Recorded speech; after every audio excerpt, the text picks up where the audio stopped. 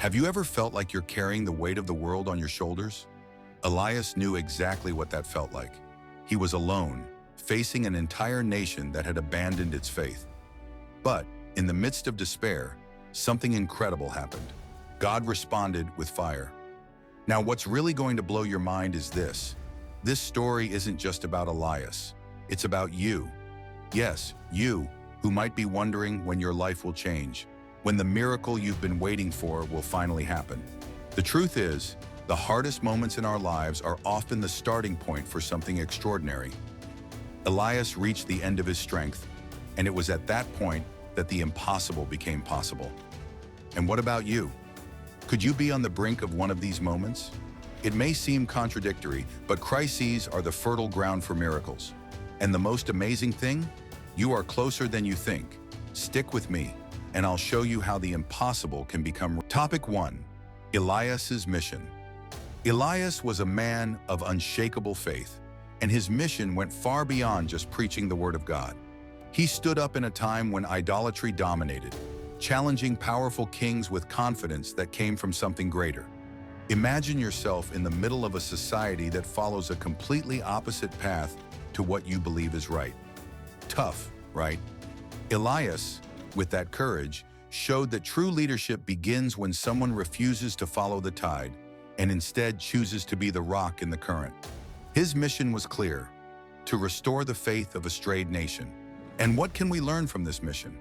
Just like Elias faced kings and rulers, all of us, at some point, are called to face personal challenges that seem bigger than us. Maybe it's at work, with family, or even in a difficult life choice. But like Elias, it's essential to remember that our strength doesn't come from ourselves, but from what we deeply believe in. In the hardest moments, our beliefs and convictions are what keep us strong. Just as Elias stood firm before powerful kings and seemingly impossible situations. Now, if you put yourself in Elias's shoes, you might be asking, and how can I fulfill my own mission? Well, start small. Don't expect greatness to come overnight. Elias, though grand, started in Gilead, a simple place, but it was there that he prepared for the bigger challenges ahead. And that's exactly how you should approach your journey. It doesn't matter where you are now. What matters is the direction you're heading. But that's not all. In the next stage of Elias's mission, he begins to see prophecies fulfilled. Topic 2. Prophetic fulfillment. What is more powerful than seeing a prophecy fulfilled? Elias lived that in the flesh. The prophetic fulfillment of his mission not only proved the truth of his words, but also brought renewed confidence to those who followed him. When he appeared, it was as if he was bringing out of the shadows the promises made centuries earlier. And this has a profound impact because it wasn't just about predicting the future. It was about giving hope to a nation that had strayed from the path. The words of Malachi echoed, "I will send Elias before the great day of the Lord." And that promise manifested in every step he took. In our lives, how many times do we wait for something big to happen? A change, a transformation. And when it finally arrives, it brings the feeling that everything was part of a bigger plan. Elias walked with that certainty, and it's that certainty that can change the way we face the future. When we understand that there's something greater behind events, we become more prepared to face adversities.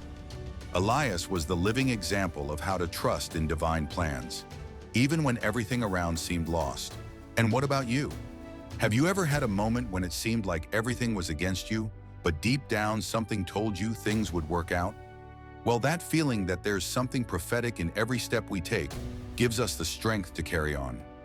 Elias knew this, and that's why he not only spoke about the future, he lived it. And most interestingly, as the prophecies were fulfilled, the stage was being set for even greater miracles. Topic 3. Divine miracles.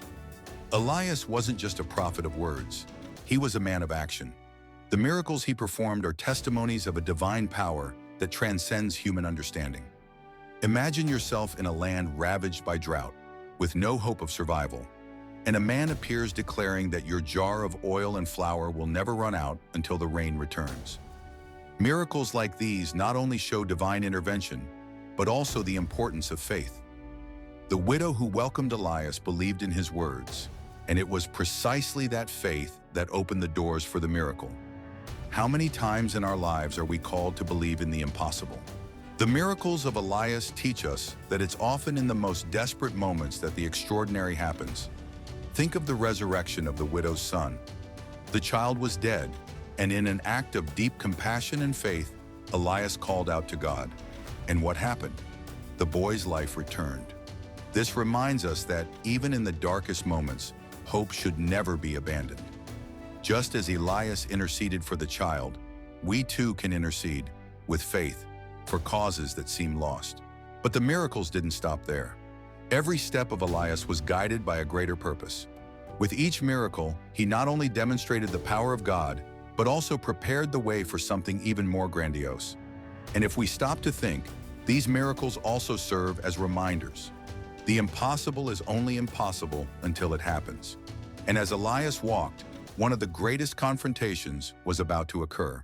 Topic 4. Confrontation on Mount Carmel. Mount Carmel was the stage for one of the most epic moments in Elias's journey. Imagine the scene. 450 prophets of Baal on one side, Elias alone on the other, and an entire nation watching. The challenge? To find out who the real God was. Elias didn't back down, even being outnumbered. Boldly, he proposed the test. Both would offer sacrifices, but only the true God would respond with fire. It's in this absolute confidence that we see Elias's greatness. He knew that God's power didn't need elaborate defense.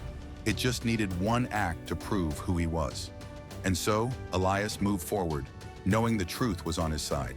This scene teaches us that, many times, we will be challenged to defend what we believe, even when we are at a disadvantage.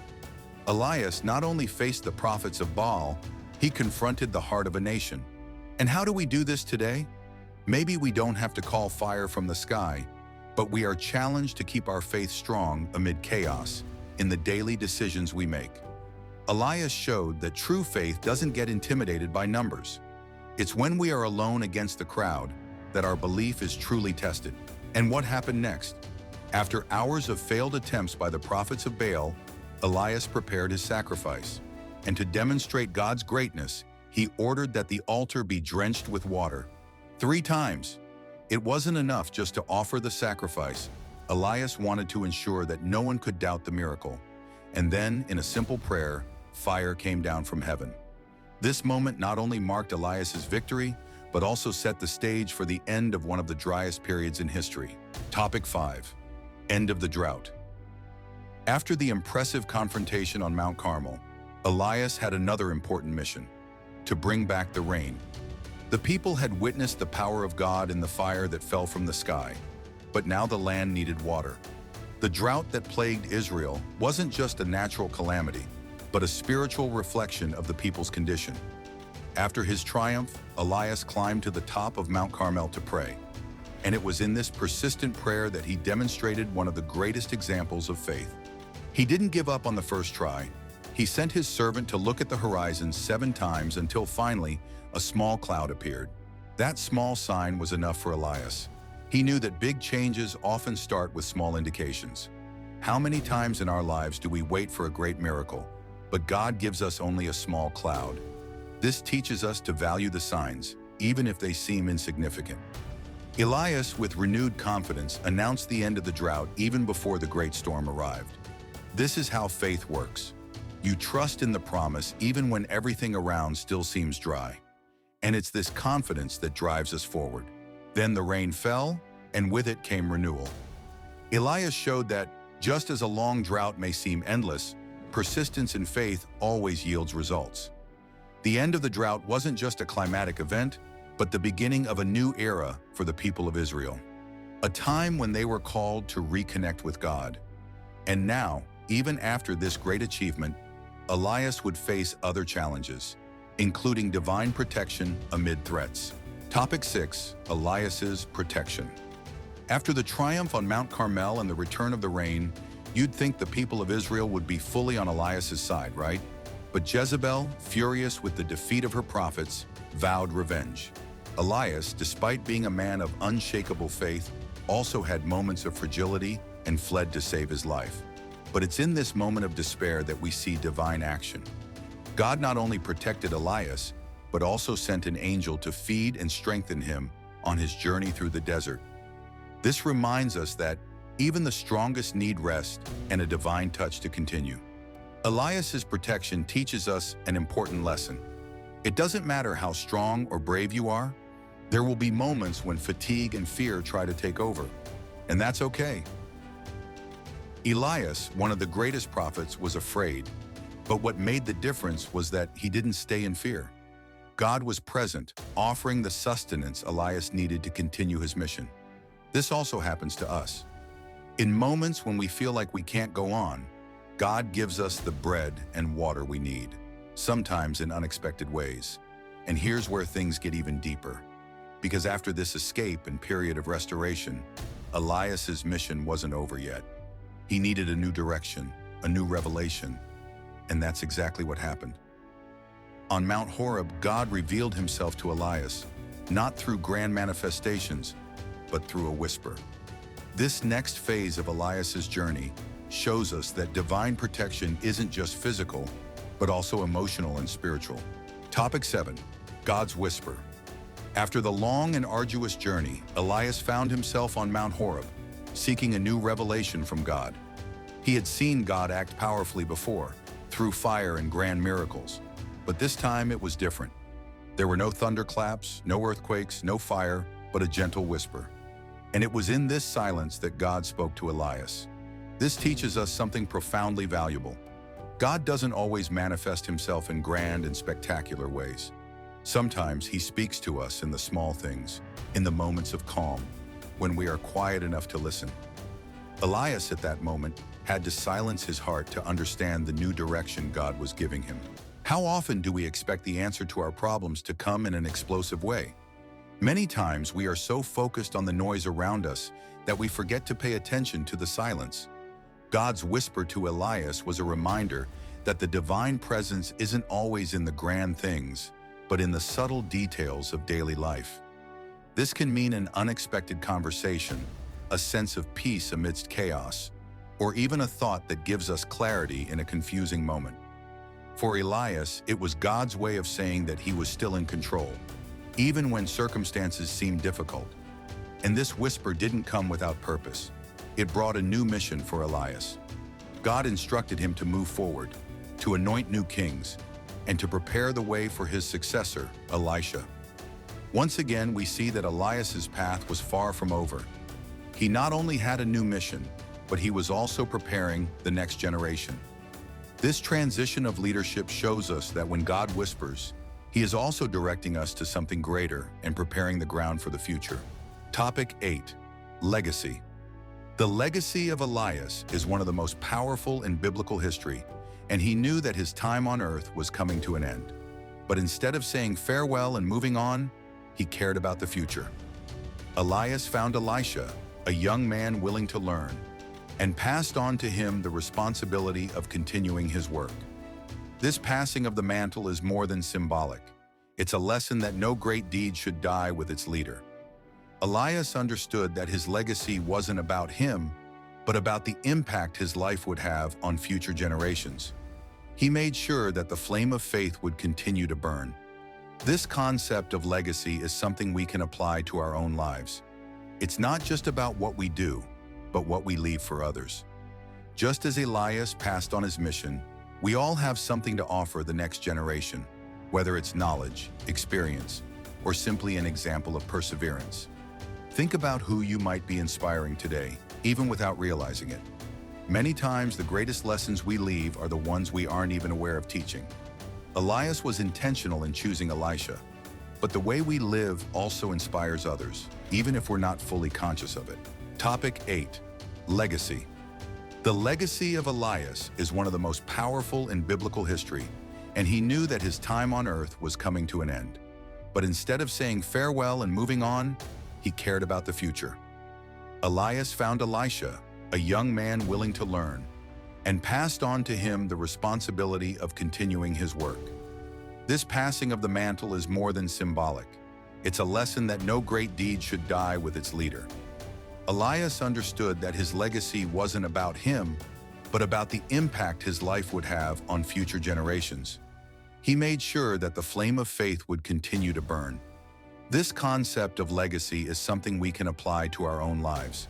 It's not just about what we do, but what we leave for others. Just as Elias passed on his mission, we all have something to offer the next generation, whether it's knowledge, experience, or simply an example of perseverance. Think about who you might be inspiring today, even without realizing it. Many times, the greatest lessons we leave are the ones we aren't even aware of teaching. Elias was intentional in choosing Elisha, but the way we live also inspires others, even if we're not fully conscious of it. And then, as we know, Elias didn't have an ordinary departure from this world. In a chariot of fire, he was taken to heaven, leaving behind an eternal impact. His legacy didn't end there. On the contrary, it expanded through Elisha and all the generations that continued to carry his story. This makes us reflect. What are we doing now to ensure that our legacy, our mission, continues to live on after we're gone? The end of Elias marked the beginning of a new era for Israel, and this transition prepares us for the next chapter, where numbers play a crucial role. Topic 9. Insights based on numbers. The numbers in the story of Elias carry deep meaning and reveal much about divine power and the context in which he operated. Starting with the 450 prophets of Baal, this number is impressive not only for its quantity, but for the magnitude of the challenge Elias faced. Imagine yourself in a competition where you are the only one on your team against hundreds on the other side.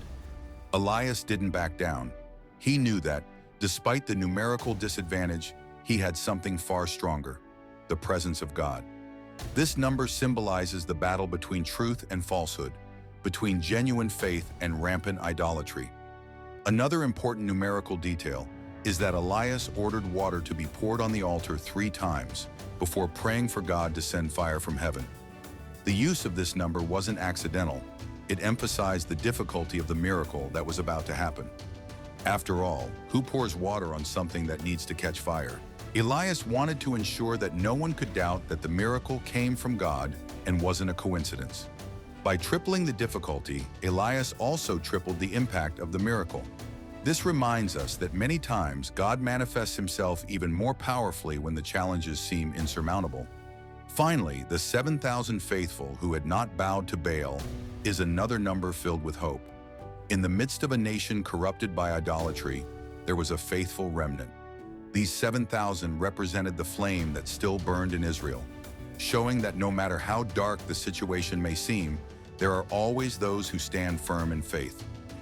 Elias was comforted to know he wasn't alone in his fight. This teaches us that, even in moments of loneliness, there are always others who share our cause, even if we don't know them directly. Now that the numbers speak for themselves, the question remains: how can we apply this confidence in our daily lives?